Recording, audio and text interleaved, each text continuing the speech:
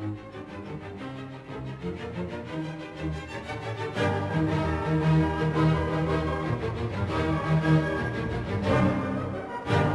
evening, welcome to Perigo. Did you know that one of the greatest dangers of marijuana is that it induces unnatural and perverted sex acts? When I first heard that, I said to myself, but I've never touched the stuff. In fact, this claim made by the Salvation Army in 1970 is among the silliest that have been made over the last 150 years, when cannabis has gone from being a widely used and acclaimed and legal medicine to a widely used but illegal substance, to stamp out which some 50 people are arrested each day and 6,000 prosecuted each year. Under the Misuse of Drugs Act 1975, it's a criminal offence to possess, use, produce or sell cannabis in New Zealand. It's been that way, in fact, since 1927, when the Dangerous Drugs Act was passed. And that was against a backdrop typified by a Christchurch press story at the time about dope smoking in South Africa, where, it was claimed, the habit threw its practitioners into states of wild excitement, nervousness, insomnia, hysteria, and eventual insanity. The government spends at least $120 million a year enforcing the present law. Some 400,000 Kiwis admit to being in breach of it. So one can only imagine the number of horses being frightened by all that unnatural and perverted sex. Enforcement leads to cases such as that of Peter John Francis Davey, who, as we speak, awaits sentencing in the Timaru District Court. He has cancer and he uses marijuana medicinally. He faces jail because of that. And they say it's a free country. It's times like this, in fact, that one is reminded that New Zealand remains, in many respects, a pathetic little authoritarian backwater. PLAB for short. This law is an ass. The dope law is dopey, and it should be dumped. In fact, it's time, I would suggest, to dump the war on drugs altogether. The unsavoury President Nixon instigated it in 1971, as with equally misbegotten alcohol prohibition in 1919 to 33. The only actual winner of that war has been organised crime. The big loser has been the founding tenet of America, freedom. The right to life, liberty, and the pursuit of happiness means you own your body. And if you're an adult, you have the right to put in it whatever you damn well please. Currently, in the United States, 775,000 people languish in jail for a cannabis offence. That's more than the total in jail for violent crime, real crime, combined. In California, where medicinal cannabis is already legal, there's a strong push to legalise it entirely, if for no other reason than all that lovely tax revenue such a move would bring in to the bankrupt state. Here, in PLAB land, the effort to decriminalise meets obdurate resistance from ignorant and cowardly politicians, notwithstanding public opinion that is far more enlightened than they. A current poll on stuff.co.nz has 64% in favour of decriminalisation. Last year's discussion document from the Law Commission recommended legalising the medicinal use of marijuana and decriminalising possession for personal use. In virtually all other respects, however, it recommended the continuation of idiotic totalitarian prohibitionism. Its final report is due this month. Perigo advocates zero tolerance toward and severe punishment of those who commit real crimes, crimes with victims. Perigo also says, however, that what you put in your body is your business, not the law's. And for that reason, at minimum, the current prohibition of cannabis should be overturned. Perigo, as I explained last week, stands for reason, freedom and excellence. This law is unreasonable, unlibertarian and bad. That's the Peritorial. When I come back, my guest will be Stephen McIntyre, President of the National Organisation for the Reform of Marijuana Law.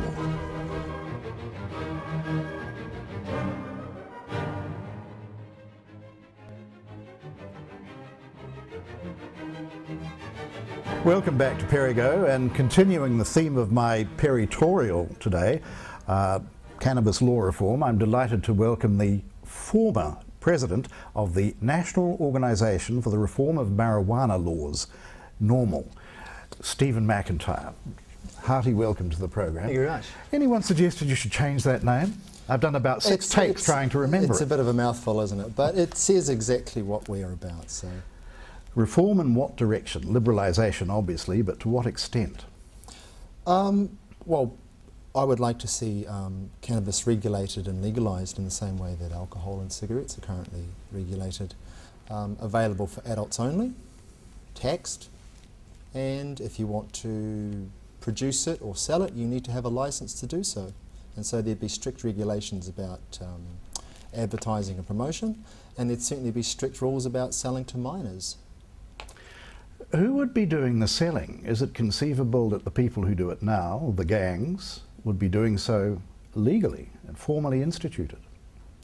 Well, I think, you know, if we had a regulated system where you needed to get a license to be able to trade in cannabis or to produce it commercially, I'm sure that vetting system would distinguish between people who maybe should or shouldn't be selling, who are responsible, or but in theory, there'd be nothing to stop the gangs setting up as wholesalers, retailers, distributors, importers, all the rest of it, as long as they got their licence. Well, but the government can decide how to give licences out to people, what requirements are there. So with a regulated system, we have the ability to say who we want selling or where we want it to be sold or under, you know, what conditions it gets sold. Under the present system, we don't have that ability at all. We just simply allow other people to decide where, when, to whom and how much it's available. So, does the fact that you want those restrictions indicate you concede that it is harmful and people, there should be some protection at least for minors? Absolutely. I mean, cannabis is not tomatoes. All drugs carry the potential for certain harm. And I see that we need regulation simply to protect the vulnerable in the communities from those harms. So children are just one example. It's not going your way, though, is it? And there's no sign that it will in cannabis the law near future. Reform? Well, internationally, countries are changing their laws. They are finishing up with prohibitionist policies and changing their laws, either decriminalising or even bringing in well, bills. For example, in California last year, there was a bill to regulate and legalise cannabis, and it didn't lose by a particularly large amount. No, that was a proposition. It did lose, and of course they do have medicinal marijuana there. Yes, they do. But there is a suggestion that the federal government will overturn that. I don't know that it can overturn a state law in that sense, can it? Well, that's what the argument is, and it's going through the courts. But there's certainly an intent to overturn that and certainly not allow the legalisation of the drug itself. Governor Schwarzenegger came up with the idea because he's cash-strapped. The state is cash-strapped, and they're looking, as I said in my Peritorial, for all that lovely tax revenue. But when I said it's not going your way, you know, I pulled these stories just today, had them printed out. Police have pulled out more than 4,000 cannabis plants with an estimated value of hundreds of thousands of dollars in the Nelson region. That's today. From a few days ago, a major police operation in the Hawke's Bay has uncovered what police say is about $40 million worth of cannabis, resulted in dozens of arrests. Then there's your mate down in Timaru who Peter Davey uses cannabis medicinally, has cancer, and could go to jail. There doesn't seem to be a groundswell in favour of liberalising the law. Well, you know, the police do these raids every year. That's just part of what they do, and of course it always makes news when they arrest a few people and seize some plants. So there's nothing new about that. That's just the same old stuff that we get in the papers every year. The Peter Davey case, that's a particularly tragic case because here's a man who's ill. His wife is terminally ill. He's a medical user, and the judge wants to send him to jail. I mean, that's lacking compassion, I believe. I don't think that's evidence that things aren't going our way. I think that's one case of a judge lacking compassion. Yeah, but even if the Law Commission reiterates what it said in its discussion document and its draft report, that is to say, yes, let's have medicinal use and let's lighten up on convictions for possession, or actually decriminalise for personal possession. Even if the Law Commission says that again, the politicians aren't going to wear it. They don't seem to be interested in following that. But, you know, it's interesting that the public, I believe, support changes to the law. If you look at online polls, for example, taken last year, following the release of the Law Commission's draft document, there was a clear majority of people, around 2/3, thought that the law should be changed to some degree. Now that's a pretty sizable chunk of the population that you know, want to see the laws changed. I don't know what it takes to get our politicians thinking about this, to be honest. That's what I do as a law reformist, is try and get people motivated to tell their MPs what they think about the law. Well, I quoted the stuff.co.nz poll in my peritorial, which that has 64% in favour of decriminalisation. But again, there's absolutely no sign that the politicians are interested at all, and I would say this government probably less so than the previous one. It's one of the few criticisms I would have of this government as opposed to the previous one, which I didn't support at all, well, for the most part. But it's more likely to be reasonable, I would have thought, on this matter than the National Party. I have a feeling that John Key is actually quite a reasonable man on this matter, although, you know, he's yet to come out publicly and show us that. But just by some of the comments he has made in the past, a comment he made last year about anyone who thinks that eradicating drugs from our society is, you know, dreaming or something like that, shows a man who obviously grasps the situation. We can't go for a drug-free society. We have to accept that there will be drug use in our communities. And so I reckon he's a pragmatic man. I actually think he would be more agreeable to some sort of regulatory approach favoured over a criminalisation approach. Well, again, probably your best chance is to persuade him and Bill English that there's an awful lot of tax revenue here. There is an awful lot of tax revenue to be gained here, yes. What if you had to itemise the downside of criminalisation? How would you summarise it? What's so bad about having a law that says you may not legally smoke dope? A, it doesn't stop people. B, it only seems to encourage use. C, it seems to encourage misuse. D, it funds a humongous black market that is becoming more sophisticated as time goes on. Over half the population of New Zealand has smoked pot at one time in their life. How do you know that? That's what polls tell us. Because it could be a much higher percentage, really. I would say it probably is a much higher. Probably a lot of people we are know not at owning least up. half of the country smoke pot. Now, that's an awful lot of people who obviously can't have respect for a law. If they break it like that, they can't have respect for it. And I think, particularly amongst young people, it just breeds disrespect for the law. It breeds disrespect for law enforcement. And, you know, why do our kids need criminal records? Why do our kids need to be arrested or booted out of school because they smoke a joint? To me, as a parent, that's one of the most hideous things about prohibition, is just the impact it has on our kids. But in an ideal world where people are free to smoke it or not smoke it, is it not better that they don't smoke it? It's toxic, after all. Well, is it better for people to drink alcohol or not? I mean, it's a choice we have. But you made the point, I think it was B or C, that the laws actually encourage use. What is your evidence for that? Use rates go up every year. And not that I personally have a problem with people using cannabis, but our policymakers tell us that they bring in these drug laws to reduce drug use, and the drug laws don't do that. They have the opposite effect. So just given where we say we want to go as a society, the laws do the very opposite. They take us in the opposite direction.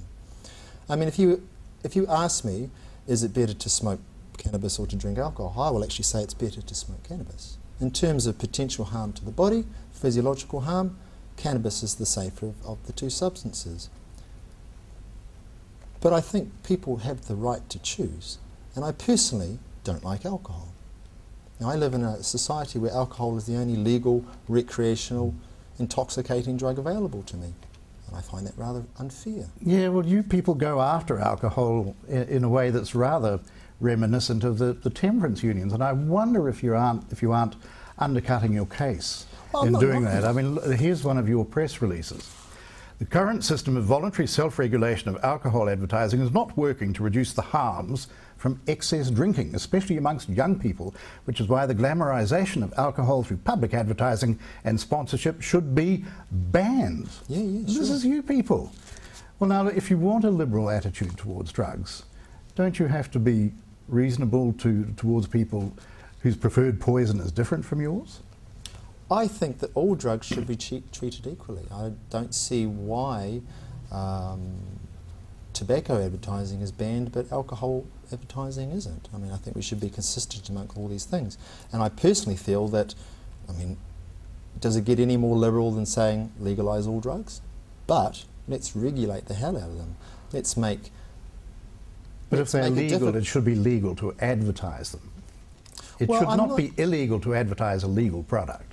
I'm personally not keen on advertising drugs. I think drugs sell themselves. I don't think you need to advertise aspirin or heroin. I don't think you need to advertise whiskey or wine. So you'd ban all of that, advertising? Public advertising, yeah. Yes, okay. Well, you see, we would definitely part company on this, because this would create a more authoritarian society than we have now. And I think that just as you argue for the legal use of these substances of choice, so too you should accept that it should be legal to advertise those products. That should be part and parcel of your program. I think you're undercutting yourself, if I may be so bold and presumptuous as to give advice, because as I've observed, it does seem that you're going nowhere fast with this, and possibly you need to think about your strategy and your objectives. Well, for now I'm going to maintain my stance, because I actually think that drugs warrant regulation. I think they warrant control, and my major concern is when drugs are made illegal, then they are totally out of control. And you know, I just don't think that drugs need to be glamorised in any way. They don't need to be pushed onto people. Drugs sell themselves. Well, I think we can all agree that there must be a degree of regulation consistent with protecting the innocent, and that's obviously in particular children and the mentally impaired.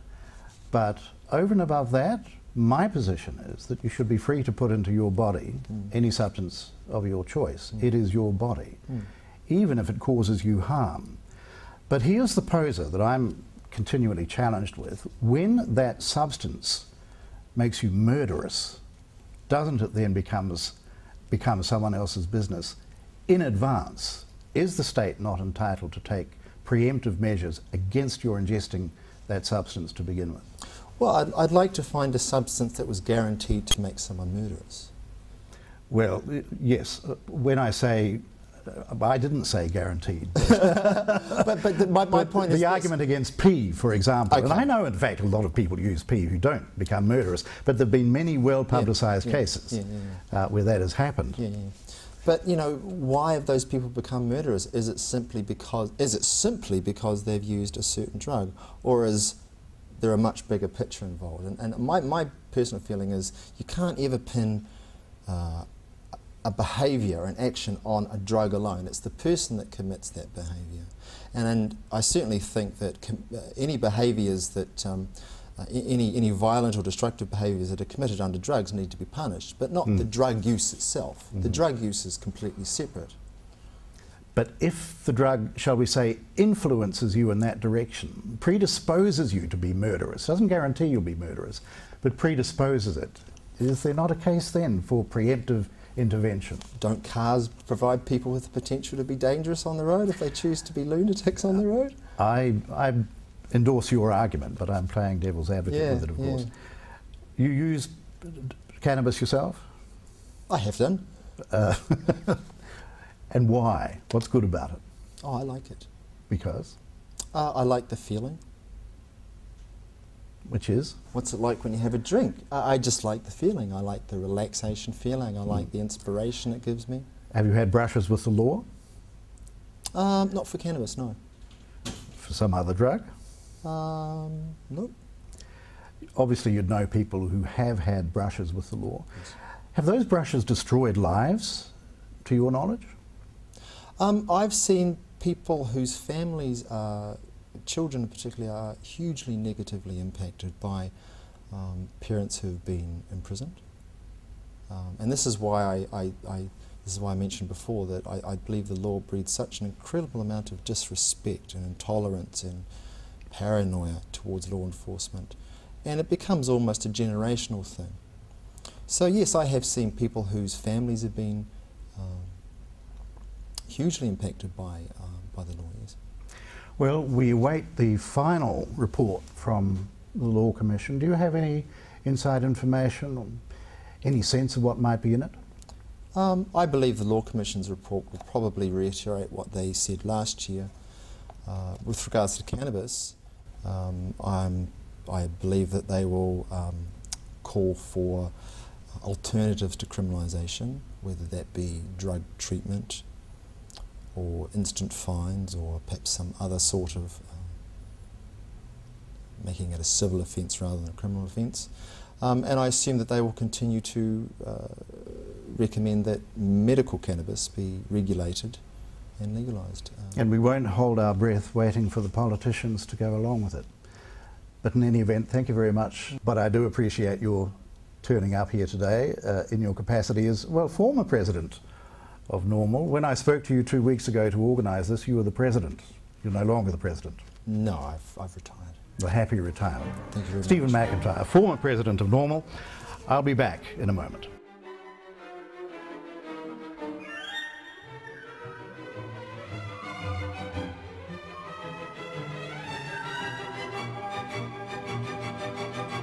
Well, that's just about the show for this week. My thanks again to Stephen McIntyre, the president of Normal, for being my guest.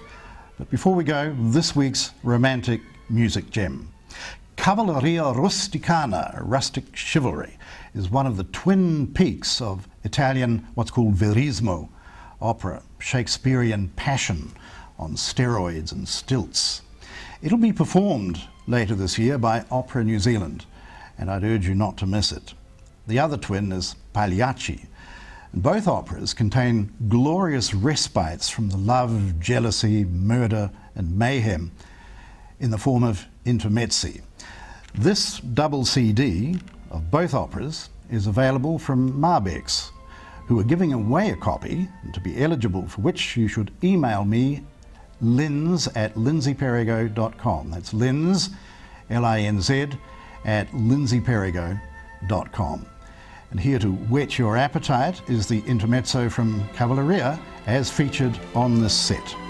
It's played by l'Orchestre de Paris, conducted by Semyon Bishkov.